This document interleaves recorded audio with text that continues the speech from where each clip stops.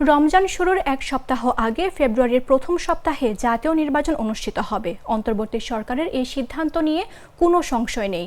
যারা বাহানা করে নির্বাচন বয়কট করবে তারা ভবিষ্যতের রাজনীতি থেকে মাইনাস হয়ে যাবে। মঙ্গলবার গুলশানের নিজ বাসায় সাংবাদিকদের ব্রিফিংকালে বিএনপির স্থায়ী কমিটির সদস্য সালাউদ্দিন আহমদ এসব কথা বলেন। সালাউদ্দিন আহমদ বলেন, একটি দল বিভ্রান্তি তৈরির চেষ্টা করছে। এটি তাদের কৌশল হতে পারে। কোনো দল নির্বাচনে অংশ না নিলে এটি তাদের রাজনৈতিক স্বাধীনতা।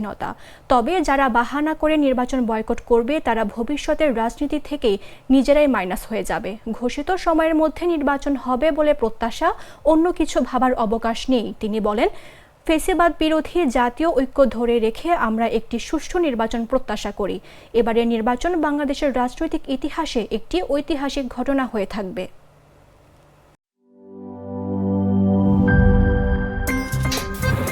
আমার একটা স্মার্ট সিদ্ধান্তে 25% গ্যাসের খরচ কমেছে। ভাবছেন কিভাবে?